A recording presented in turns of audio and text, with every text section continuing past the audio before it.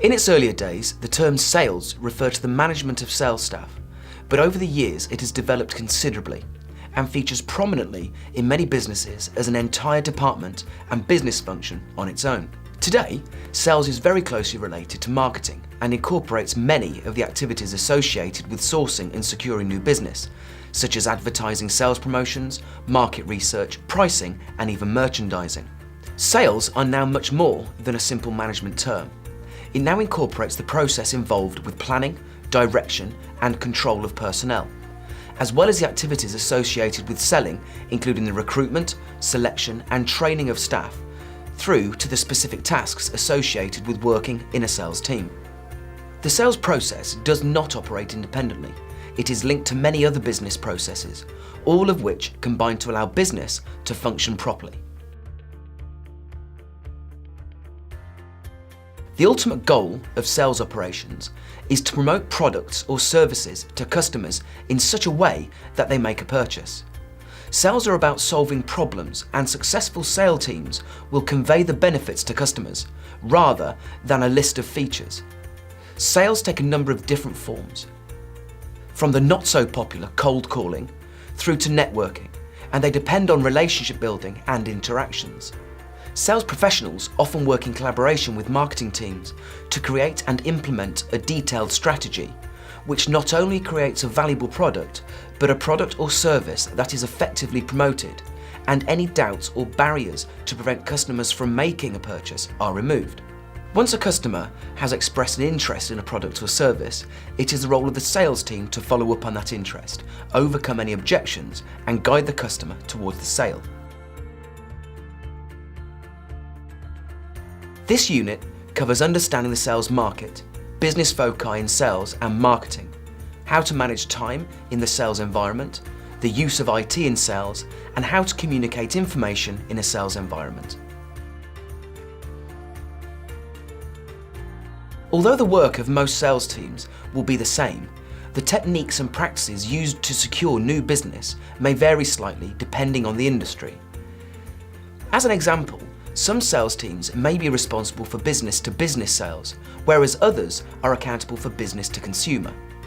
This will result in the sales teams focusing on different markets, and as a sales professional, it is your responsibility to understand the sales landscape and industry in which you operate.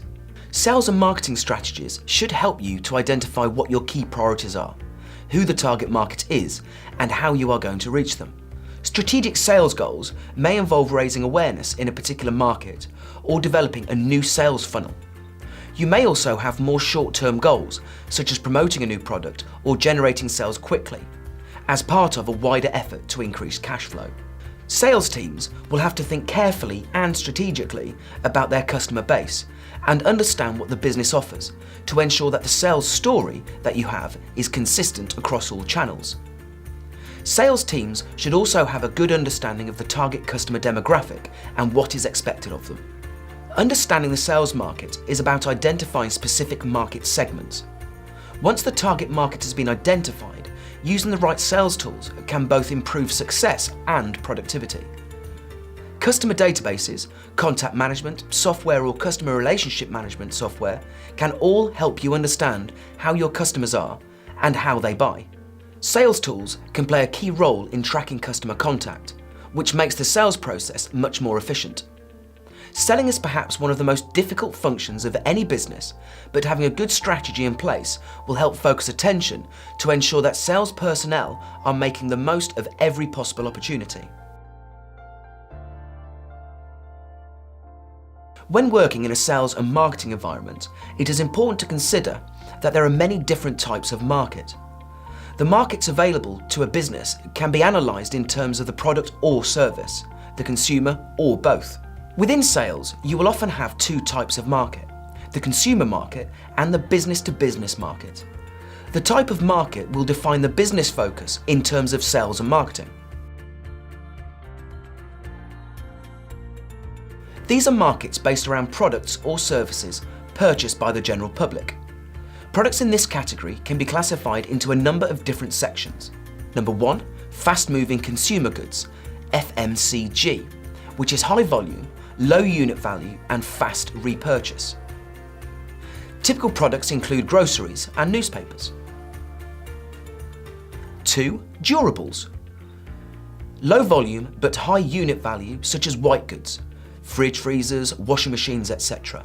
Or brown goods, computers, DVD players or games consoles. 3. Soft goods. Very similar to durables, but they have a much shorter lifespan and include items such as shoes or clothes. 4. Services. Childcare, home improvement, dentist or health and beauty providers.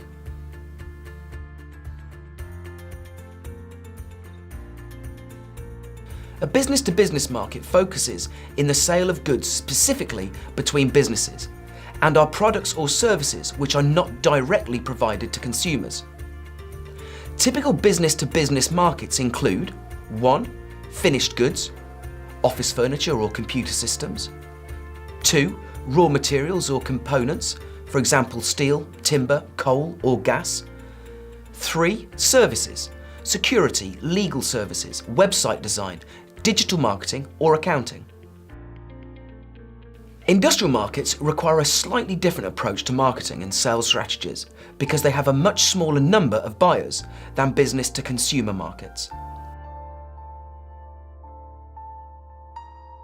Sales is a fast-paced environment where you have to work quickly and accurately to progress through your work.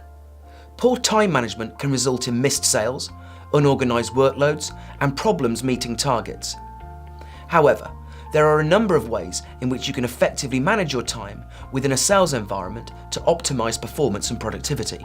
Meetings, training, proposals, contracts, and events, to name a few, are just some of the activities that you'll be expected to complete as you approach your day-to-day work. Meetings, training, proposals, contracts, and events, to name a few, are just some of the activities that you'll be expected to complete as you approach your day-to-day work. On top of your everyday to-do list, you have those unexpected situations that require urgent attention.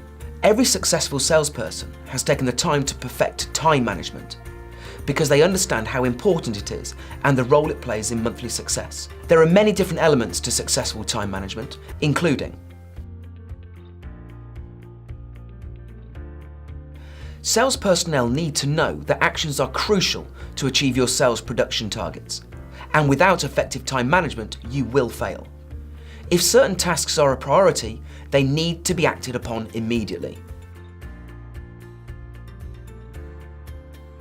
Certain actions, such as cold calling, are essential for success.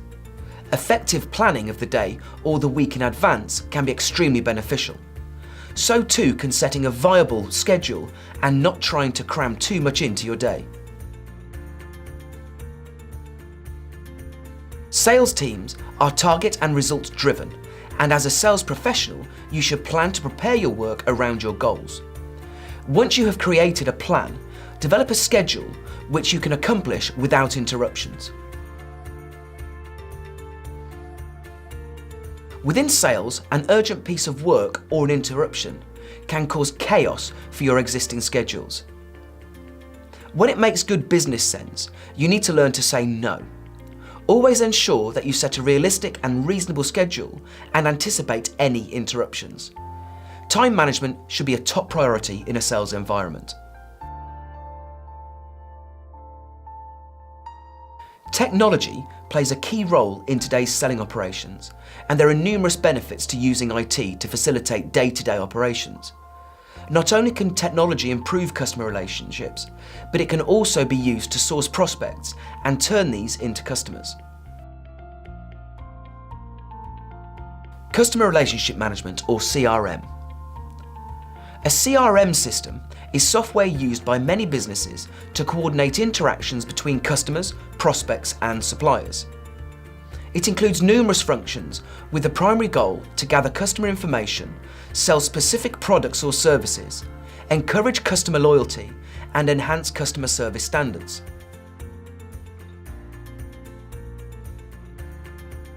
To strengthen existing sales operations, a Salesforce automation system provides greater efficiency. Remote sales professionals can use these systems to keep up to date with headquarters and provide updates as to daily progress. Field sales automation systems centralize all information for each customer and stores details on sales, opportunities, and current status.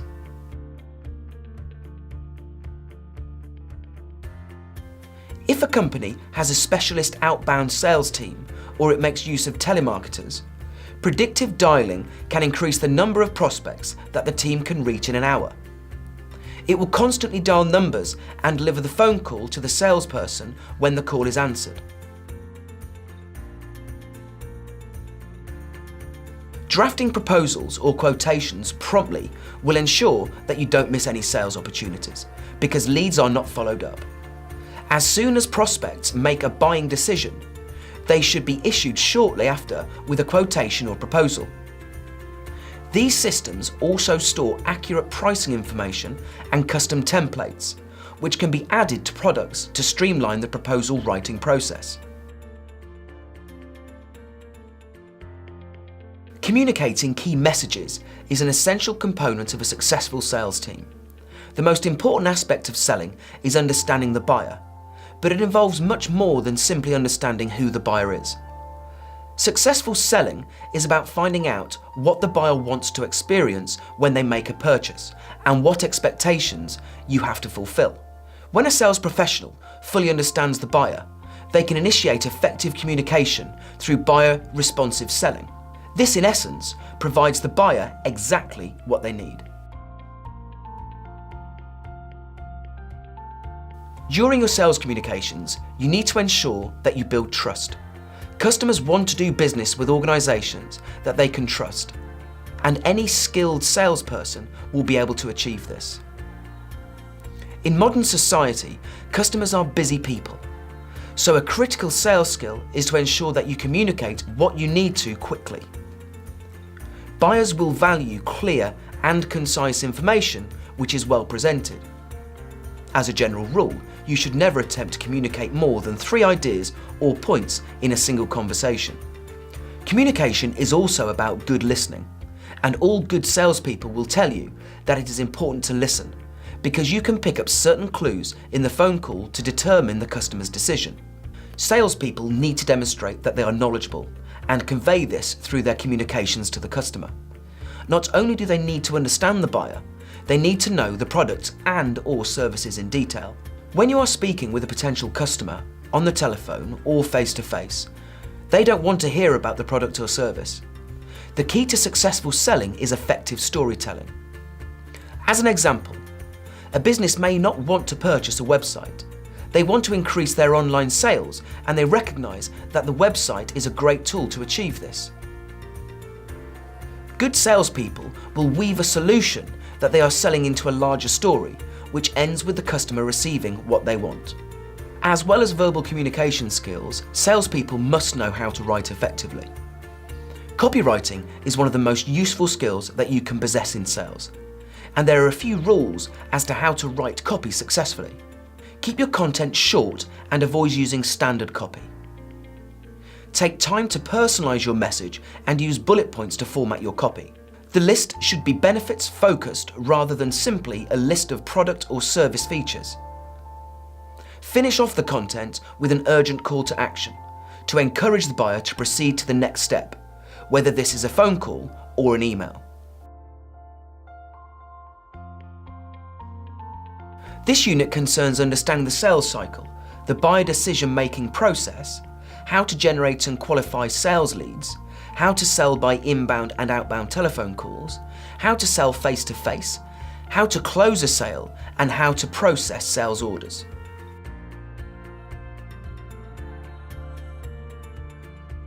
Whatever product or service you sell, the sales process is very much the same. Each sale in the sales cycle relies upon the other for the collective sales process to be a success. In order to secure a sale, you need to master each stage in the following sales cycle. Prospecting simply means finding potential customers. Your place of work may provide you with a list of potential leads, or you may be accountable for finding leads yourself.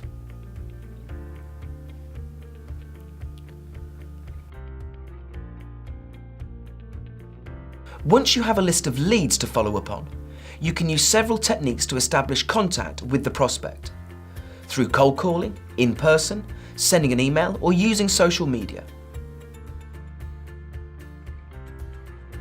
The qualification stage usually occurs at the appointment, although you can qualify during your initial contact. The idea of qualifying is to determine that the prospect is able and potentially willing to purchase your product or service. This is important so you don't waste time pitching the product or service only to be told by the prospect that they are not interested. This is perhaps the most important stage in any sales cycle and is the phase where you will invest the most time and effort. Presentation is where you deploy a range of techniques to communicate to the customer why they should buy your product or service. Not only this, you are selling yourself as a person that the prospect can trust and the company where you work. Objections are one of the main barriers to securing a sale. This could be a concern over the price, a product or service feature. If the customer is raising an objection, these are positive signs because it usually indicates that the prospect is considering making a purchase. After you have made your presentation and resolved any objections you need to, ask for the sale. Your company sales training will provide specific instructions on how you do this, and it is another crucial step in the process. Even the most interested prospects will rarely close the sale themselves, so it's up to you. The final stage in the sales process, once you have secured a sale, is to request recommendations or referrals, perhaps even providing an incentive to both parties for doing so. Not only does this provide you with new prospects, it also encourages customer loyalty. Before a customer decides to make a purchase, there are a number of stages that they progress through in the decision-making process. Step 1. Problem recognition. All products or services solve a problem. The first step in the process is identifying the need. This is the most important stage in the buying cycle. If there is no need, the customer will not purchase. Recognition occurs when the customer associates a gap between their current situation and the desired one. The level of importance between the current situation and the desired or ideal situation has to be high to initiate a purchase. Recognizing consumer need can be achieved in several ways through the following classifications. Psychological needs. For example, the reaction by the individual at the sight of a piece of furniture or the smell of a perfume. Functional needs. This relates to a feature or function of the product or service which can be used to address a specific problem. As an example, a computer with a higher storage capacity or a cooking appliance with a more advanced timer function. Social needs, to feel as though you belong in society by owning the product. Change. The customer has to feel a need for change, which may result in the purchase of a new item to change the appearance of the home. Each of the above needs closely relates to Maslow's hierarchy of need, which was developed by a renowned psychologist. This hierarchy outlines that an individual is guided by particular needs that they want to achieve before focusing on psychological needs, safety needs, need of love and belonging, need of esteem, need of self-actualization.